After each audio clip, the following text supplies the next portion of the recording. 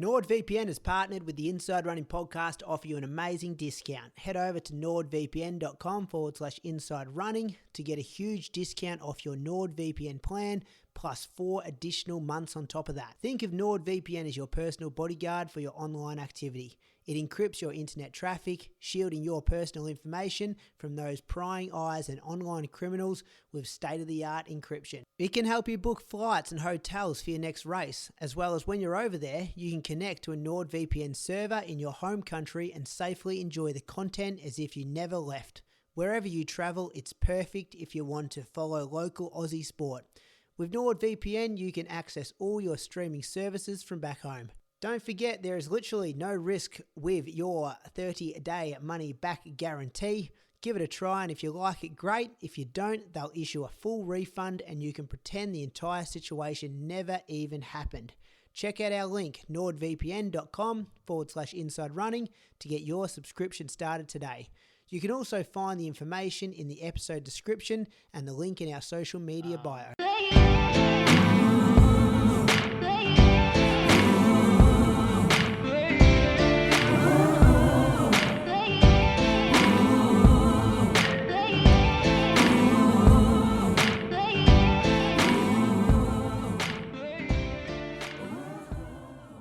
An absolute treat for you today, listeners. We're joined, friend of the show, I'm calling you that, Seth. Been on a couple of times. So many of our fans are your fans. I love the way you race and the way you carry yourself.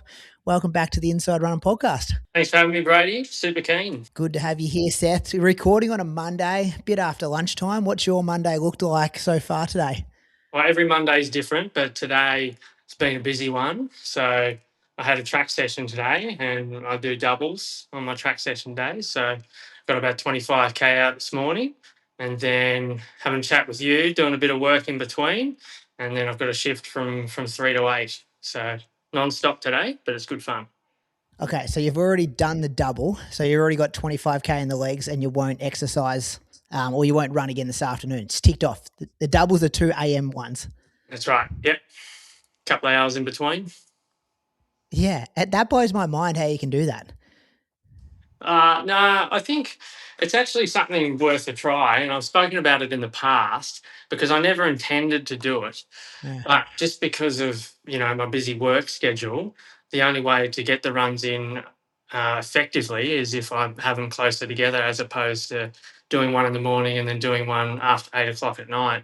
I'd rather get them done earlier, and we experimented with it a bit and found that the quality of the runs were probably better if I did them closer together. So why not? Yeah. Do you ever feel like you're just looking at your clock going, geez, I'm still kind of trying to recover here, but I've got to go again in half an hour or an hour's time? No, it's pretty regimented. I get the food in straight away, get the fluids in straight away, put the feet up, and when I'm ready to go, I'm ready to go. So long as I don't stuff around, then there's no problems. Yeah. And the amount of hours in between, like are we talking 3, 5? Like what's the time difference? Do you get up super early to knock that first one over so you've got more time in between? Not really. I usually get up about 7 and then I'll have 1 to 2 hours in between the runs. Yeah. Yeah. Wouldn't be many people in the world doing this, would it? Would there? Probably not, but it's working for me, and I reckon, it wouldn't work for everyone, but I reckon it's worth a go. Well, there's also not a lot of people pulling, like, are you full-time work hours? Not full-time, it's part-time, but I'm still doing quite a bit. So I'm working 20 hours of physio, and I'm probably doing about 10 hours a week with coaching as well. So it's quite a bit. Yeah. Hey, you a marathon fan? Did you see the result last night? The two guys going under 2 hours. Did you consume that content? Give us your opinion. What are your thoughts? It's not bad, but my Chorus watch reckons I'm going to run 1:58 for the marathon. So. No, in all seriousness, I think it's ridiculous the level that some of these guys are going to, just raising the standard up again. So, one day my time will come and I'm keen for it, but it's amazing to see what some of these guys are doing at the moment, and girls. Yeah.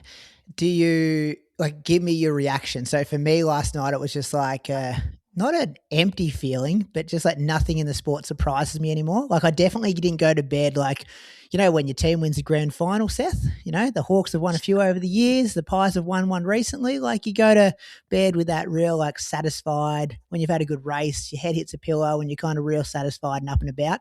But that last night, that wasn't for me last night. I was kind of had more questions than answers and I wasn't sure how to feel about it. What do you mean more questions than answers? What do you mean by that? Well, just like, is this real for starters? Because there's been so many, doping bans in our sport over the years. The fact that they make it look so easy. Like I know Kajelcha vomited at the end there, which was kind of good to see, but Sarway just looks robotic. And you're looking at the times they're spitting out, and I know elite athletes often make it look easy when they're struggling. I think that's a good sign sometimes of how they can hold their technique. So you're kind of going to bed thinking, am I getting bluffed here? Like the Roof Chepnogorich stuff. Like there's been so many positives over the years that now I feel like you got to have that lens on when you're talking about these elite performances. And then it's just so far out of this world that like what they did for Kipchoge to be able to break 2 hours, like everything orchestrated, the systems in place, pacemakers jumping in and out, and this guy's gone quicker than him without any of that stuff. So yeah, I just had questions about like how. Now, look, I fully understand the sentiment, but I think the other thing that's really important is that the skepticism comes from the history of the culture of a certain group of runners, and that I think if we just label the skepticism in terms of the potential cheating straight away off the bat, I think can sometimes be a little bit disrespectful to the people who have achieved what they've achieved. And so I think if you have to put yourself in their shoes, and think that if you were to do something really really good, you'd be pretty disappointed with people talking about you as if there's a potential that you may have cheated. So I don't think that's necessarily good for the sport in the sense that we don't know, and we may not know for sure what's going on. But I do understand the sentiment behind the skepticism. But I think for now, I think it's really good to celebrate what's been a magnificent achievement. I mean, imagine running sub 2 in your first marathon and not winning. It's crazy. Yeah. Yeah, I did see a meme. I think Sam Hopper put on his Strava like what do you mean you ran sub 2 and you didn't break the world record or win the race? It's that was a real good meme I saw this morning. Hey, let's go back. Can you give your season for me? Let's go back to, I don't know, like November, December. So I'm talking like World Cross Trials, Zatopek, all the way through to national championships. Give your season a score out of 10 for me and why. Score out of 10, I'd probably give it maybe a 7 or 8. There's aspects of it that haven't gone so well, but there's been aspects of it that I've been really proud of as well. I think I was really proud of my run at Zatopek. I think that I set the tone and I won the race, but I won the race doing what I wanted to do as well. So I felt like I had full control of the race and got the results. So I don't think you can get much better than that. But then there's also been a couple of poor results in between them and the 5K nationals as well. So a bit up and down, but I think the best parts of my season have been really good. Can I guess that the one you'd be disappointed in the most would have been the 5K at Box Hill? No, the one I was disappointed with the most was the World Cross performance. I think coming off the Zatopek win, I felt like I was in really good shape, and I felt like that the result at World Cross wasn't a reflection of the fitness and the body of work that I've done. And I think some of the better results since then have sort of demonstrated that I'm a better athlete than what I produced on that day. Okay, so Cam Myers gets you with 20 meters to go. Oh, Otherwise, sorry, that's right. I was talking about the actual World right, World Cross. Sorry. Yeah, no, because in my head I'm like, geez, World Cross trials were pretty good. You put everyone away other than Cam Myers, who's a very hard person to put away, and he runs over the top of you with 20 meters to go. But yeah, you mean World Cross Country champs?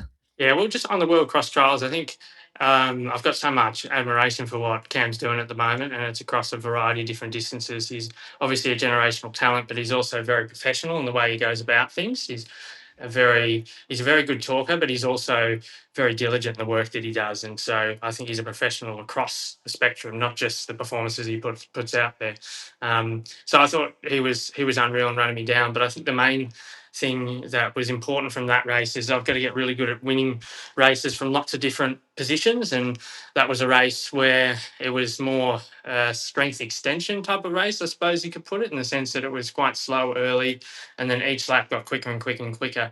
And I thought I could put myself in a good position, but I was just outclassed by a better runner on the day. Do you and Andrew sit back and make a plan, like how you're going to beat this guy over a 5K next time you come up against him?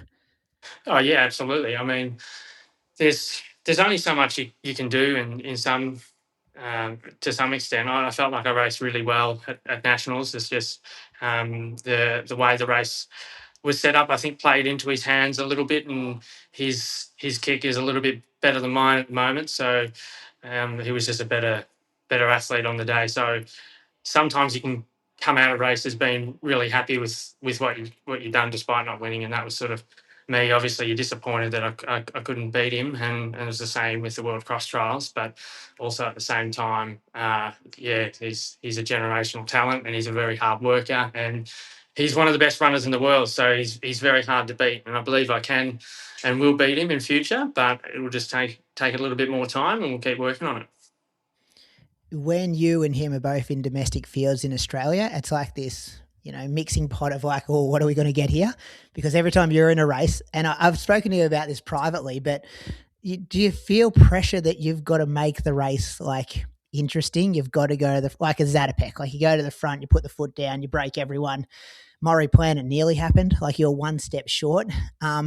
This entertainment factor, as the minute you see Seth O'Donnell's on a start line, you're like, okay, we're going to be entertained for the next 28 minutes or 8 minutes or 7.5 minutes or whatever it is for a race. Mm-hmm. No, absolutely. But I understand your point of view, but it's not something that I would even consider going into the races. And I think you almost have to be nuanced with the response to this, because it's very different in terms of the what you're doing based on the context of the race. So I think if you take Zatopek as an example, that's the only 10K on the calendar that we've got in Australia. And so if I want to qualify for the Commonwealth Games for the 10,000, and if that's one of the only opportunities I get, I want it to be fast. So there's that aspect to it. There's also the aspect to it that just I want to run fast anyway.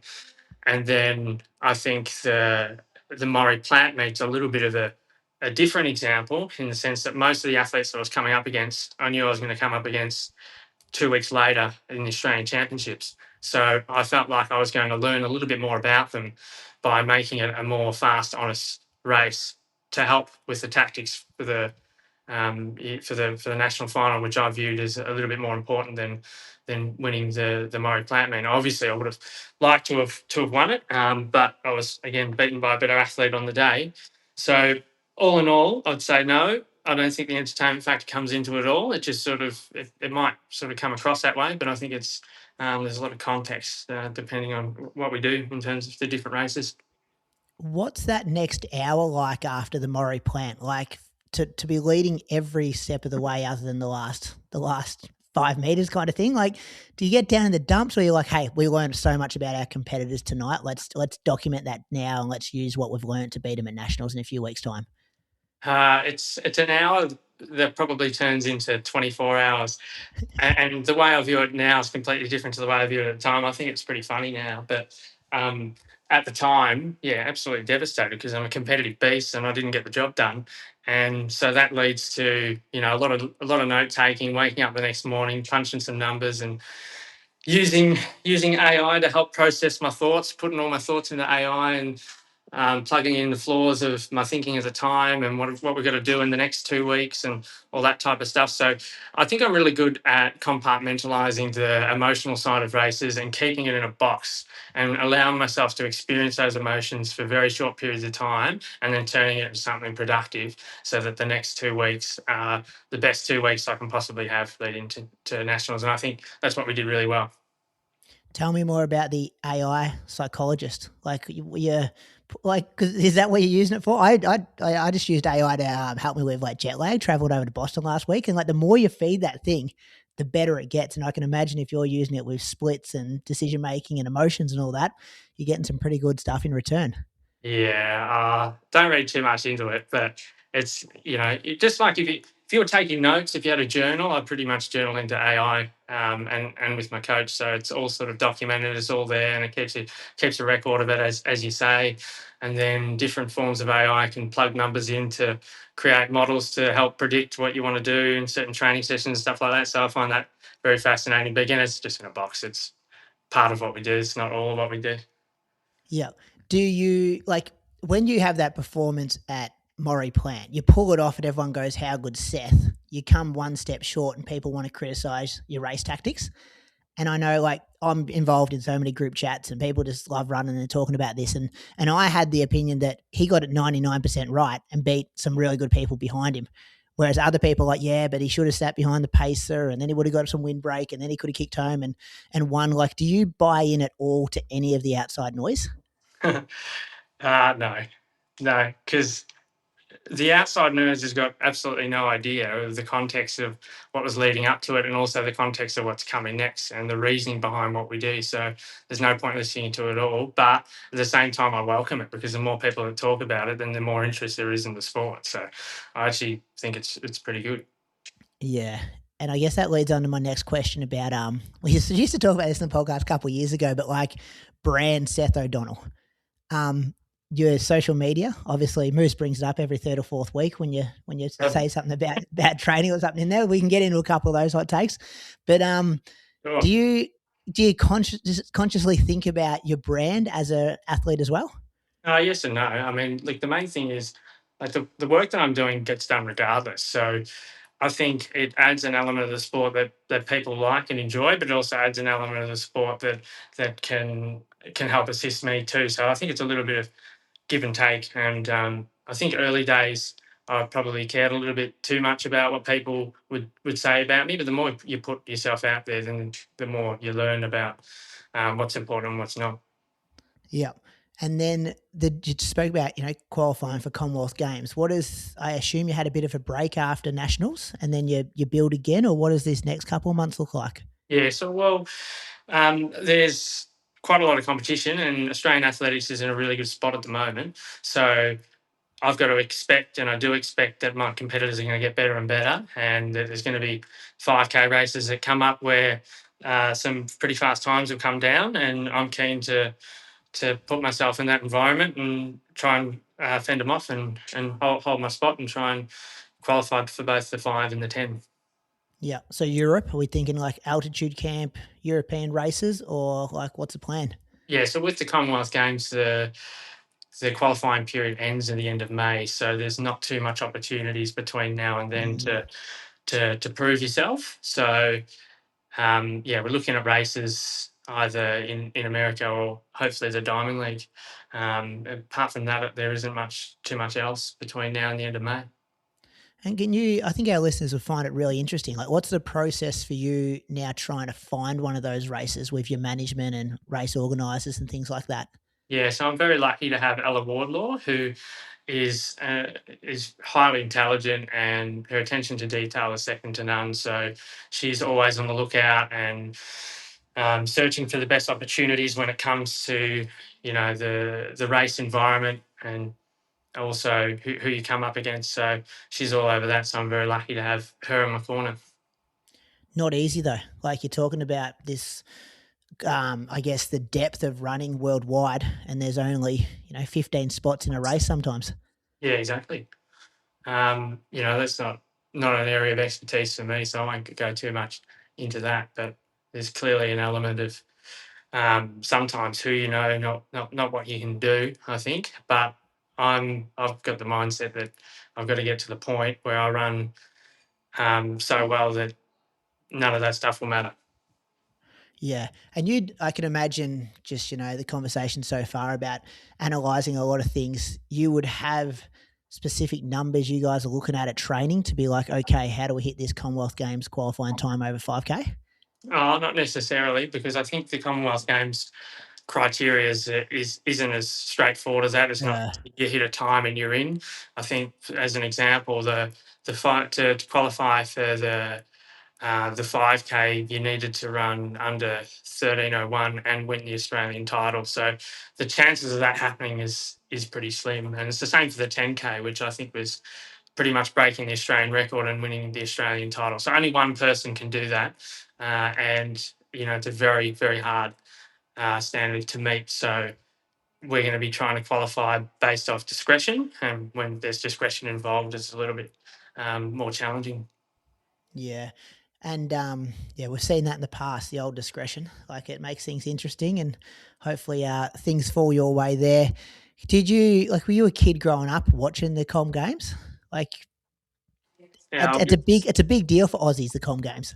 yeah, it is. This will sound really bad, but until I got involved in running, around about 2020, I'd say the only runners that I was aware of were Steve Monaghetti, Rob Di Costella, and maybe Craig Mottram. But apart from that, I didn't have too much involvement in the sport or awareness of the sport. But since I've been involved, I've certainly appreciated the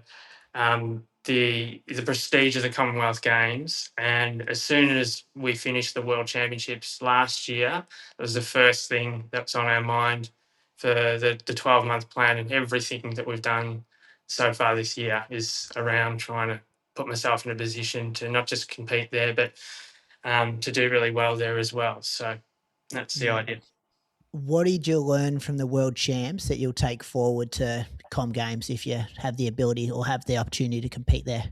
Yeah, it's really hard because it was my first experience there, and I was on the fringe when it comes to the quality of athletes that was in the race, and I didn't quite execute as well as what I would have liked. But You were since injured then, though, weren't? Were you injured at the time? Carrying some injuries? yeah, so it's an interesting story that I haven't really gone into. Um, Certainly not an excuse for the race, and in fact, I don't think it impacted the race at all. It was more the prep to getting selected for the world champs. So a week after I won the Australian title last year, I got a stress fracture in my left sacrum. But at the time, it was only diagnosed as a stress reaction. So for those who don't know, the stress reaction is like a precursor to a stress fracture, where the bone essentially starts to seep out some bone marrow edema, and if you keep making it worse, it can progress to a fracture. So at the time, I thought, oh, that's okay. We'll just take a little bit of time off, and then get back into the swing of things. And so we had about 4 weeks off, and then rescanned, and it progressed to a fracture. I thought, all right, we're in trouble here. There's not much time to qualify, and things aren't going my way. And so we sat down with the sports doc, which is Dr. Michael McDeesey, who's been absolutely fantastic for me. And we went through absolutely everything we could possibly do to get me right.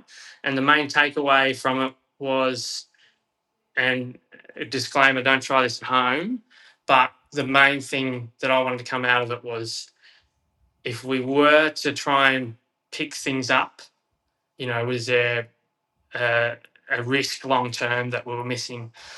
And the doc essentially said that the worst that he thought could happen was I would just get sore again to the point where I wasn't able to run. So thought, all right, we'll take that risk, but we'll go about it a smart way. And my physio, Dave Beakley, and the rest of my team came up with a plan to try and optimize my bone healing whilst still having enough training load to perform well. And we came up with this idea that we would run every second day, and have every day in between would just be a cross training day, so that there was enough time for bone to remodel a little bit more in comparison to if we ran every day. And then the other aspect of bone healing that the bone doesn't like is if you keep running continuously, it tends to not like it as much. And I found that personally is that I'd pull up sore from it. So we very much got straight into doing thresholds, broken thresholds, and intervals with plenty of rest in between, and then having the day off in between. And we rescanned after a further 6 weeks, and the fracture wasn't healed, but it was healing. And that was probably about July last year, which was on the brink of going to Europe. So we went to Europe, were able to put a little bit more volume in, and while I was in Europe, the pain slowly went away. and we came back. Obviously, ran a couple of good races there, got selected for the world champs, and the stress fracture was fully healed. Um, so it's a pretty incredible story of what the human body can do, and when you're working with really good people, what you can achieve. But I think at the end of the day, my world champs performance was probably a little bit under par because I wasn't able to get the training volume in that I would have liked to compete well enough over the 5. I did okay over the 3, but not good enough over the 5. And then also, you're obviously coming up against the best athletes in the world. So it was a really steep learning experience. Had the physio and the sports doc like done this before, or were you patient zero? Patient zero. And Because it I was, remember listening to, you might have been with him, like your coach Andrew Russell, like he did a thing with SEN, and like it wasn't as detailed as what we're going through now. But I remember listening to it, and I had a stress reaction at the time, and I was like, oh, I got 6 weeks off. I've got a 14-week return to run program. Like it just didn't compute with me that there was another option out there. yeah, it's fascinating. I think the other thing is it really depends on the region as well. So Mm. the sacrum isn't as much of a load bearing region in comparison to say the tibia, so the risks are slightly different. The other thing that's really important is the area of the stress fracture dictates how high risk it is in terms of its ability to heal. So the sacrum's got really good vascularity, so we had really good confidence that it was going to heal, despite it being a little bit more delayed than most people, because I didn't have the same amount of time off as what most people would have. Whereas if the fracture was in my femur or in my navicular bone in my foot, as an example, we wouldn't be taking the same risks. And like running on it for this every kind of second day, the level of pain you were in, like was it a 4 out of 10, a 1 out of 10, and 7 out of 10? Like, was it difficult to get through that period? Yeah, so I would say a 5 out of 10 is when you start to run with a limp. So I was 4.9 out of 10. It was right on the edge. And I knew that, we all knew that there was a lot at stake. And that's why I stress it's not something I would necessarily Yeah, recommend. yeah, But yeah, there are some learnings from it as well in terms of what, say, return to run should look like moving forward. Because I think the style of running that you do and then the style of loading that you do, like making having enough variation in what you're doing to try and stimulate bone healing whilst also having enough rest is a really delicate balance. But if you get it right, it puts you in a good position to get back to where you want to quickly, but also, stay away from getting recurrent bone stress injuries, which is the number one thing. yeah. And would you like take like anti-inflams or pain relief before to try to get through that? Like, it doesn't sound like an enjoyable time if you're at 4.9 out of 10. Yeah, Pain. very rarely. So anti-inflammatories have a negative effect, or what we think, on bone healing, and can perhaps delay bone healing, or lead to non-unions as well. So very much try to stay away from them. If I had any pain relief, it'd be like Panadol, but often I'll try and stay away from it as much as I could because like your Panadols will mask a bit of pain. So yeah, I think it's important. And not your first like bone stress injury. So did you address why this one occurred? Yes, but it's very, very complex, I think. So I've got a history of what we call bilateral pars defects in my lower back, which essentially means the last spinal bone in my spine on both sides has a chronic fracture through it with no edema, so I don't have ongoing pain there, but essentially it doesn't sit properly. So it means that I get a lot more stress through my sacrum anyway, as a starting point. And I also have some issues in my upper back, which means that my lower back gets stressed a lot more. So there's aspects of my genetics and my early life that I can't really control when it comes to that. But then there's also common themes in terms of when I've had bone stress injuries around certain things that we do with strength training, in terms of surfaces that I run on as well. So we picked up little things here and there, but it's hard to avoid when you're running as much as I am. But we're getting better and better at dealing with, my pains, aches and pains. Yeah, interesting. And I don't think you. I don't know if you answered my first question about what would you learn from the world champs to take to the Com Games, because we kind of got into your I, injury leading into there, but like at a major championship, did stuff open your eyes more than stuff you hadn't seen at a, I don't know, like a Victorian 5K champs or an Australian champs? Like, were there different experiences that you picked up on? not really, because I think the approach is always the same. I was just outclassed by lots of better runners. So I think the learnings from it were I need to get better. And I think there'll be more important learnings from future championship races where I get myself in a little bit better position physically, and then that way I'll learn a bit more in terms of what I'm doing in the race. But I think I've always been as professional as I can be when it comes to preparing for these races and making the most out of it. And I felt like I made the most out of it. I just wasn't good enough on the day. Let's break that down though. How do you get better? Well, there's a lot of things. The first thing was making sure that I was able to get a little bit more volume in. So I was able to do that leading into Zatopek. So that's the number one thing. And then that's not just volume of easy runs, but also volume of threshold, because I find that threshold running is what makes the difference for me in terms of shifting the needle aerobically to get a little bit fitter. But then also when it comes to the track work that I'm doing, Andrew's had a really big, Andrew, my coach, has been really big on creating stimuluses that are novel, because it's very easy. And I think most people get stuck in this trap, and it becomes why you get sort of stuck at a level where you can't improve, in the sense that once you've done a certain amount of work and a certain amount of training, there's your body gets very good at recognizing the stimuluses that you're throwing at it. And if the stimulus of training is similar to what you're doing all the time, then it becomes really hard to shift the needle.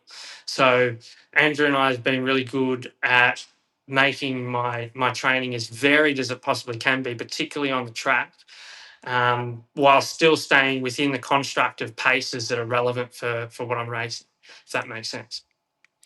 Yeah, so let's go to the threshold part first. Would that stay similar? Like Croaks is big on this at the moment, Seth. He's just bought a lactate monitor. You know, his Norwegian method. He's gone to Yep. the 3 workout today, trying to same thing, trying to get as many minutes as possible at threshold throughout his week. But would that standard, you know, the 6 by 6 minutes at threshold, would that stay the same for you? Or can you give us some examples of what your threshold days look like? Yeah, no, not at all. So I think initially it was like that. Initially, I was very simple with that style of training, in the sense that you just try and get as much volume in and you improve. And then you get to a point where, again, it stops improving. So you've got to be creative in terms of the way you go about it. So there's so much nuance in terms of the stimuluses that you can do that result in better work and better adaptation. So for example, in the morning, I might do 5 by 6 minutes off a minute and stay closer to my first lactate threshold, which would be around about two millimole. But we can change that by adding in some reps that are a little bit faster, so that you go into the back end of the session with lactates a little bit elevated, and it forces your system to be a little bit more efficient in clearing lactate. But the other things we can do is we can reduce the length of the rest, or we can change some of the rep lengths as well. There's so many different things you can do, and I think it's really important to keep the stimulus as varied as possible. Yeah, so that you can continue to keep your body guessing and improve. And this track stuff, like give me some examples of how you're changing the stimulus. Is it different, you know, distances? You're doing stuff like everyone rolls off 400s. Like, are you guys doing 370s or 430s and like surging at different parts of the lap, or what is it? Yeah, it's a good point. So again, back in the day, I was very basic. So I was doing one of my staples for 5K was 6 by K off a minute. But now I still do it, but I wouldn't do that as often. What like today, for instance, we did 5 sets of 800s, but then we'd take a minute off after each 800 and do a 300 at like 1500-meter pace, and then have an extended rest. So you're going into the next set with higher lactates for the beginning of the 800 than what you would have if you were just doing straight 800. So it challenges you in a different way, as an example. So you're recreating a training, like they're not pulling this from anywhere. This is like, okay, this is what we did previous weeks. How do we now change this stimulus or change this workout to trick the body to not get too comfortable? Yeah, and also you've got to learn to race in a variety of different ways too. There's going to be Mm. races that are going to have surges in them, so you've got to be prepared for that. There's going to be races that start off slow and then pick up, and then you've got to finish really strong. And then there's going to be races where I'm going to have to be consistent and run the same pace the whole way through and be able to hold on. So you've got to train a variety of different ways to help enable you to be good in every possible race situation. It's a crazy contrast, isn't it? Like, you don't have to comment on this, but when we hear the Melbourne Track Club training compared to, like, they just do the same thing every day of the week for the last 10 years, kind of thing. So this is like a complete contrast of tricking your body. So yeah, very interesting. Just hearing Andrew on SEN, he seems to have this passion that not many people in a lot, like, we can look at every sport in Australia and not many people can match him. What's he like to work with? It's unbelievable. Like he's so invested, and that's sort of what I needed in a coach if I was going to have a coach, because there was a period where I did a lot of work by myself, which was important for me to learn about myself and figure out what I think was working best for me. But having someone with more knowledge when it comes to physiology, with as much investment as what he has in my development, and he really just goes above and beyond. And so I couldn't have asked for a better coach. And he's a great bloke to work with. And he's had a very big influence in Hawthorn's 3 premierships. So I think that plays the biggest role. He seems like he's always learning too. Like, he was on the radio the other day talking about, studying for his masters in something, and like, he hasn't become complacent with his previous success and just stayed there.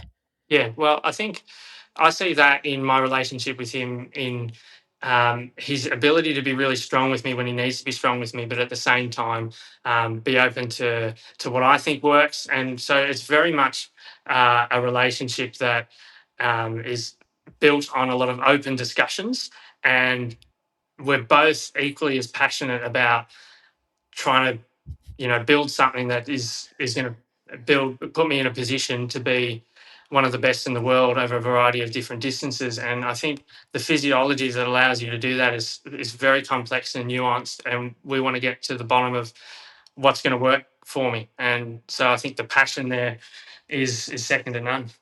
I'm kind of smiling and laughing because I could imagine there would have been a couple like blow ups, like the passion from both of you guys combining each other, like a couple of heated discussions over the years.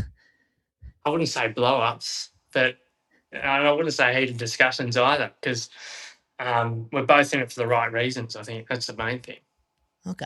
I wasn't saying there's anything wrong with that, but you know what I mean? Like the passion, let's get this kind of thing. So, that's good. So we haven't got any race announcements yet, but we expect to see you hopefully at some Diamond Leagues. Off the top of my head, I'd be thinking like those, the Middle Eastern one's still on, like Doha and that, or they've been cancelled. Not sure. Not sure. I know Yeah. there's a couple in China, but yeah. China, that's right. Yeah. A couple of those early season ones. It'd be good to see you there. Still doing coaching? Still got a bit of, I saw you sharing a story from someone who ran a PB yesterday at Ballarat. 68, Yeah. wasn't it? Yeah, it was unreal. So I'll touch on that because Owen's been a really hard worker for a long period of time, and he's sort of shifted his training model a little bit and has been a prodigy of the double threshold system, and it's really helped him. So he was able to take 2.5 minutes off his half marathon PB, and we're really confident that he's going to go even better than that. So it was a good step in the right direction. I think the main thing is with the coaching stuff. I work with Sammy, who's my best mate, but he's also a very good coach as well. And the main thing that we want to do is create a fairly small community of runners across a variety of different age groups and ability levels that are just really keen to get the most out of themselves. And what we've sort of found and experienced in the past is sometimes it can be really hard to get that level of individualization and structure in the training that you do when you're part of a massive group. And for some people, that's all you need, and that's the best part of running for people, is to be part of a big group and work together with lots of people, different people. But for some people, it works better if they have more investment from their coach and also have a training structure that's a little bit more individualized to them, rather than just rocking up to training and doing what everyone else is doing. So we've created a bit of a small group that allows us to focus as much as we can on providing that level of attention to people and what they need. And it's a lot of fun. pretty crazy that people can have access to a guy like, our national 10,000 meter champion currently. You can be, going back and forth talking about your threshold numbers, or his celebrating your 68-minute half marathon at Ballarat yesterday on a windy day, which brings me to the point of like, I love that you're multifaceted like this, and you've got, you're sitting in your physio clinic at the moment with your shirt on, and you've been treating people an hour before this, and you can do the coaching stuff as well. But is Seth's success better if all he has to worry about is being a full-time runner?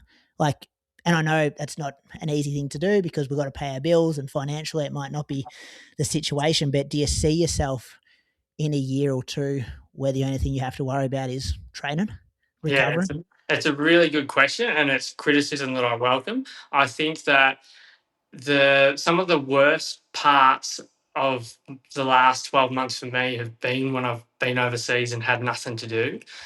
And I find it really challenging to live day to day almost if I don't have that sense of purpose. Obviously, there's a sense of purpose with running, but most of the rest of your day you're not doing much, and I found that really challenging. That's something I'll have to get better at, and I'll continue to work on.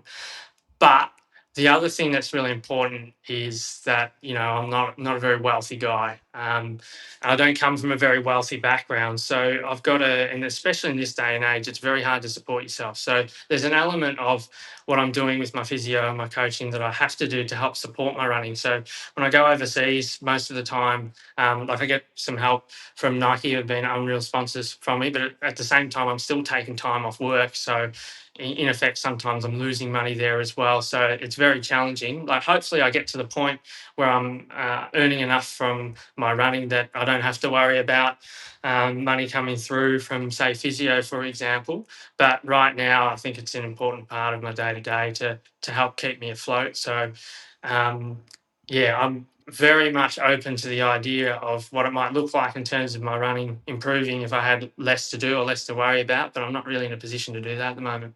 Yeah, so it's that progression to that stage, hopefully. And as you said, that's hard to do when you've done, like, you've had other stuff on the go. Like, I've been at Falls Creek for a week before in the middle of the summer holidays, and I'm like, I'm bored as batshit here. Like, how do people do this every day over there? Like, but then also I look at that 15,000 meter, field from last year, or the 5K this year, or Zatopek, and it's like, I don't know if any of those other guys are pulling hours, like, working. Yeah, no, that's fair enough. So it's like you're beating them with this stuff on the side, but I feel for you as well, because I'm like, oh man, like, you're the second best guy over 5K a couple of weeks ago. You're the 10K champion. If you were the second best AFL footballer or the second best cricketer or whatever, you wouldn't be saying that you have to do this stuff on the side at all. Yep. Yeah, exactly. It's not easy, but at the same time, as an example, I was away for a month or so before World Cross. It didn't end up very well for me. So yeah, it's like, where that energy goes is, you got to develop strategies for that. Yeah, absolutely. Yeah. Seth, I've had you for a pretty long time here. I'm trying to think what else I had on a list here for you. I had one of my friends. Hard-hitting questions, Brady. You want hard-hitting stuff? Hard-hitting questions. We love it. Well, lucky, because I hit up my good friend. His name's Giordano. For fans of the show, they'll know him. I said, Seth's coming up in a couple of hours. What should I ask him? And this is what he said. Given he's a science guy, why does he keep that hair that's proven to be a big negative for air resistance plus heat dispersion? No. So the mullet, because it's short at the top and long at the back. Have you seen those cyclists that have the helmets that sort of... Yes, I have. Aerodynamics. So it's been proven numerous times through systematic reviews and the relevant science studies that, having the mullet is more beneficial than not having the mullet. But what I will say, which is funny, is we put through AI how much faster I would have run at Maury Plant had I shaved my legs, and it was 0.1 of a second, and I lost by 0.09. So there you go. There we go. This is the same guy who he also watched, London like the rest of us last night, and he was making comment about how big the bibs are, and that the colours that people are wearing. Like, you look at what Tiggs Assefa had on, you look at what Kajelcha had on, like, he's wearing this black bodysuit. Mhm. These are tiny little changes that can add up for massive differences. So the mullet's going to stay, Steph. That's what you're telling me. Absolutely. Yeah, yeah. I've always had it, so I'm not getting rid of it. Here we go. Well, I guess this next question kind of, and this I guess could be linked in with the Nike stuff. Like, would you consider moving to train with Mike Smith's group to both be at altitude and have world class training partners?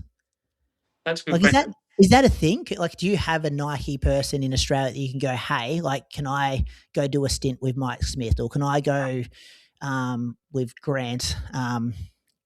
Grant. His last name escapes me, but he's like Yeah. Olympic medalist. Grant Fisher. Yeah, yeah. Like, does that happen with those big brands that you have opportunities like that?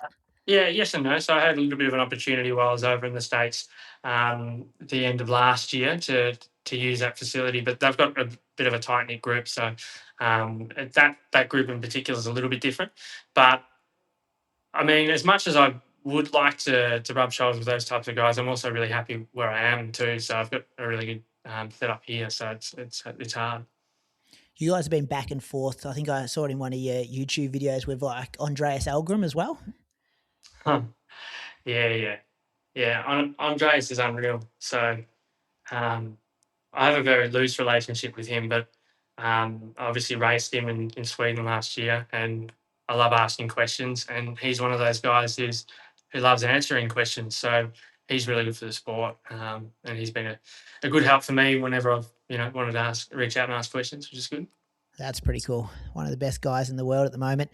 Um, Seth, I got another one here. Tell the listeners, because I think they find any stuff behind the scenes really interesting. So like a Maury plant meet or a Zadapex potentially when there's a pacemaker.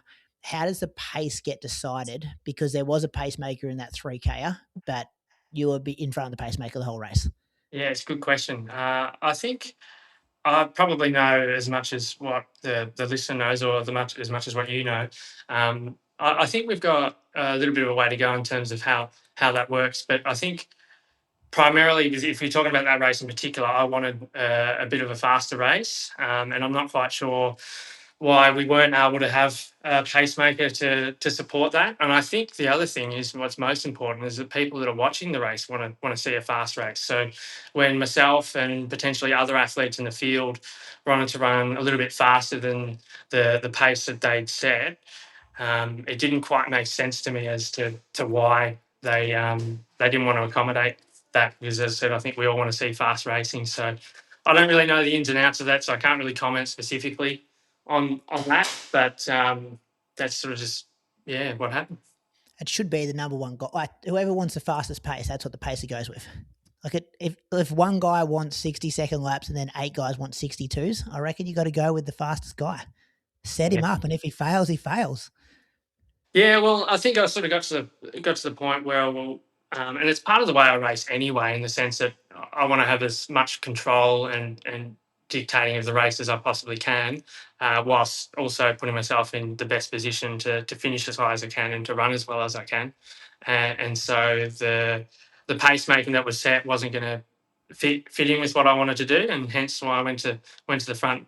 But I think it's important context, because I was acutely aware of the look of going to the front, and I don't like the look of pushing in front of the pacer, in the sense that I feel like it's probably sometimes come across as a bit arrogant, and it brings upon criticism, because I ended up getting caught, that I don't think was as warranted as um, what it was, given the context of the situation. But look, as I said, I'm not entirely sure of how it works. Mm, interesting. Seth, outside of running, still going to the footy a bit. You still playing drums? The band? So the footy is less of a priority, because I started work last year, and I realised it was more to life than footy. And when you're trying to back up runs, and Hawthorn are going as good as they are, they're getting all these prime time late night slots. So I've got to, Yeah, because you'd go every week, wouldn't you? Yeah, and go yeah, and seat there at the MCG. yeah. So I'm going. I haven't gone at all this year so far. So yeah, unfortunately. So you Um, identify that that's sucking some of your energy. Yes, Like, and yeah. so was the band. So my involvement in my band is no longer a thing. Oh no. Yeah, so Yeah, I miss it that's a something lot. you can do later in life, though, isn't it? Absolutely. I still love it. Still love my music. It helps. Um, music actually helps with my the mental side of racing, I think, and what I do. Do you mean like you almost get into a click, a cadence while you're racing, or you mean what you got in your headphones before the race starts?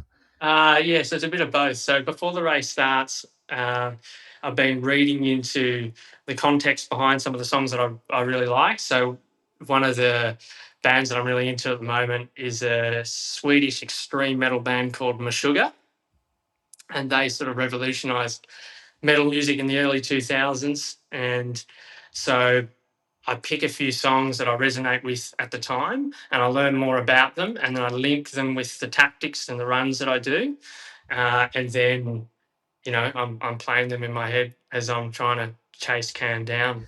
Really? This is phenomenal. Yeah. I don't know if anyone else would do this, and I love it so much that you research a song and then you link it into the race.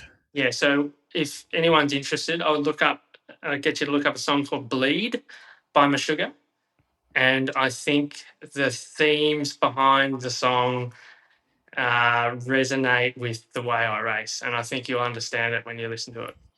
If you're listening on Patreon, we'll put it as his the outro song. So because we'll go to our Patreon supporters separately, they're on a different feed, so we can have some fun with the music there. But that was your number 2 song when you sent me through your top 10 songs to run to. Yeah, You that's went it. Roots Bloody Roots by Sepultura. Sepultura? Sepultura. Yeah. Some Yeah, tough names in here. So that Brazilian. we'll put that as the intro song. All right, love it.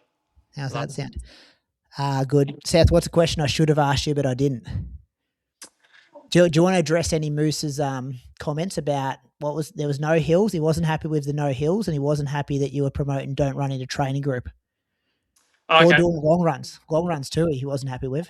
Okay. Oh well, I wish he was here because I think it would make a good discussion. He's in Um, Paris. I mean, not Paris. He's in London. I'm sorry. Yeah, he's over there with Puma. More important things. That's fine. Yeah. No. So the Hills post was a while ago. I think what I got wrong with the Hills post was I think it was probably a little bit too provocative in the way that I presented it. But I thought that the message behind it was sound. It was just lost behind the way I opened the video.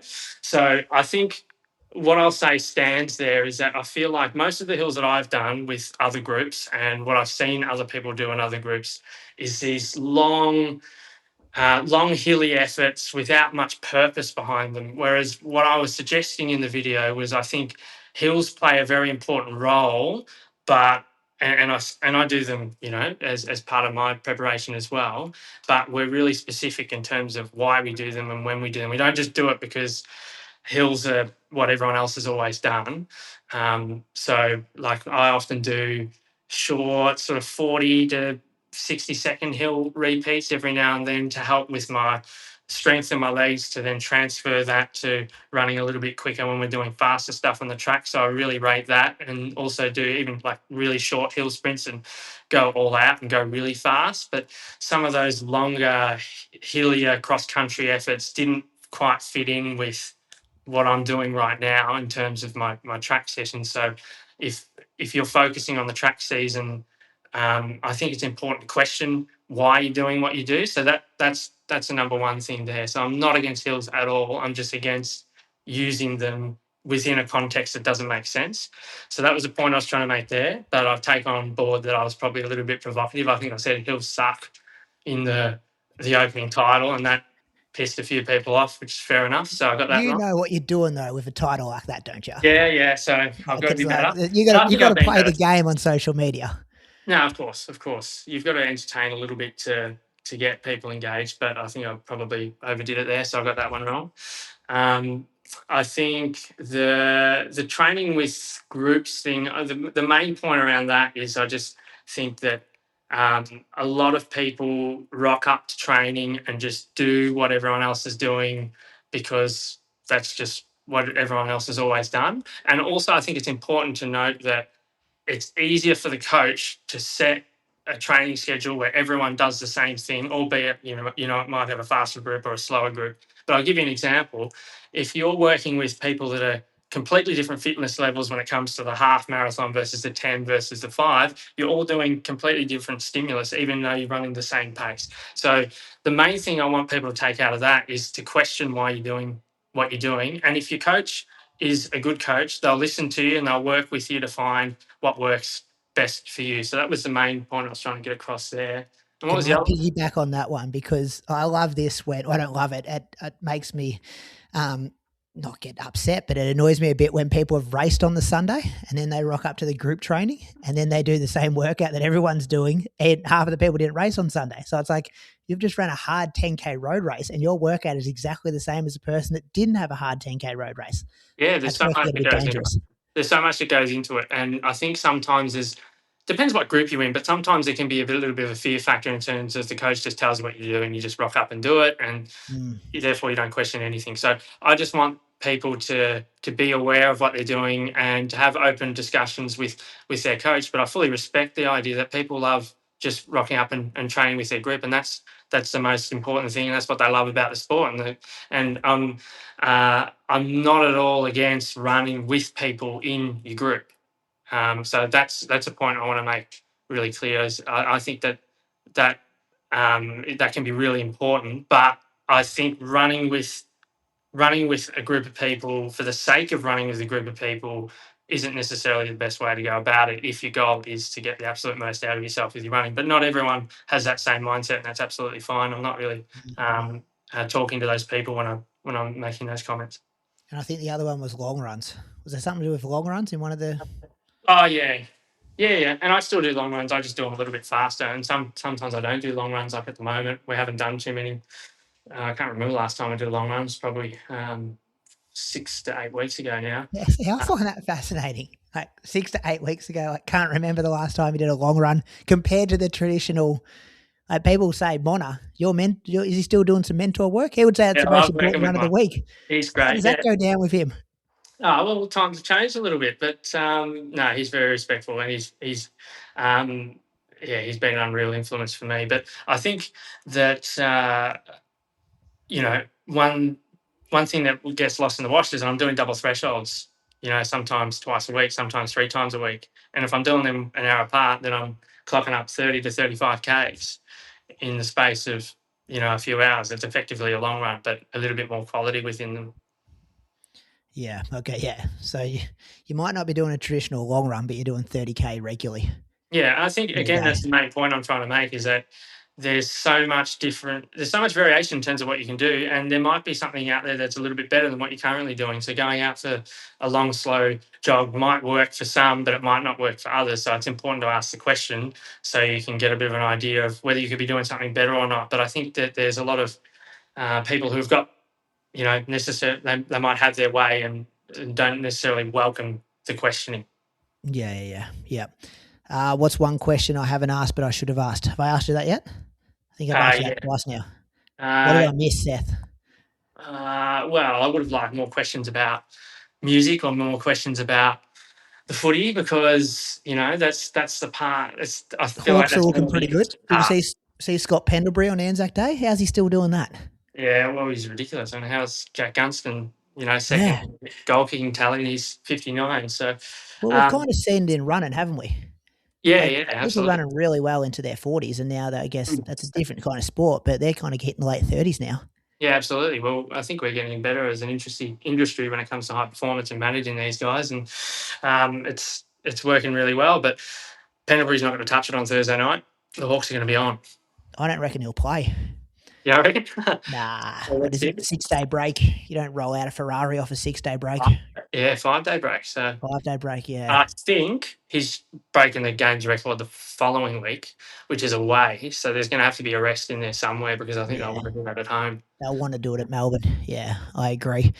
We could talk footy all day, Seth. Though, the listeners, keep a watch out. Like we see something on social media when you get to start somewhere, Seth. How do people follow these next races because they're going to be pretty important. For the next race, yeah. I'll promote it once I know what I'm doing. I'll make it public. I'm keen. Good. Yeah, see how we go. All right, mate. Love you. Love the time I've had with you today. I also love you. I accidentally said I love you there, but that's okay. Thanks very much. I appreciate it, Brady. Go Hawks. Got the best of both ways. Won't you come and take a walk in my shoes and tell me if you take my place? Undercover of my skin, I've heard all your names. If it's all the same, I'll keep on walking. Undercover of my skin, I've heard all your names. If it's all the same, I'll keep on walking.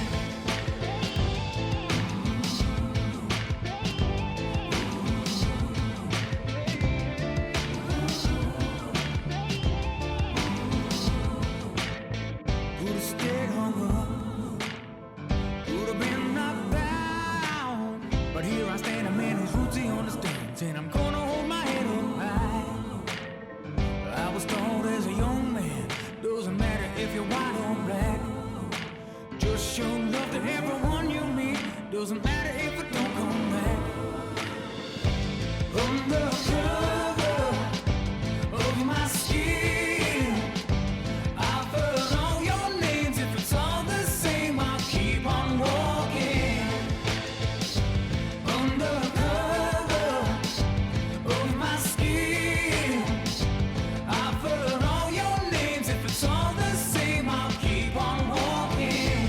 I keep holding on to the hope that all the suffering was for something. Something for something. Something for something. When it's said and done, all your words and all your hate don't mean nothing. Don't mean nothing. Don't mean nothing.